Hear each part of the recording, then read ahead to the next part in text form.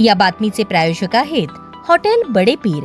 आमचा पत्ता विजापूर वेस आणि दुसरी शाखा जिंदाशाह मदार चौक, सोलापूर. बोरामणी तालुका दक्षिण सोलापूर येथील राहत्या घरी एका 19 वर्षीय मुलीने ओढणीच्या सहाय्याने गळफास घेऊन आत्महत्या केली. ही घटना 8 जुलै रोजी सायंकाळी 6:33 वाजण्याच्या सुमारास घडली. रुबिना महिबूब नदाफ, वय 19, राहा बोरामणी, असे आत्महत्या केलेल्या मुलीचे नाव आहे. 8 जुलै रोजी सायंकाळी 6:33 वाजण्याच्या सुमारास बोरामणीच्या पोलीस पाटलांनी सोलापूर तालुका पोलीस ठाण्यास कळविले की गावात एका मुलीने गळफास घेतला आहे. या घटनेची माहिती मिळताच पोलिसांनी घटनास्थळाला भेट दिली.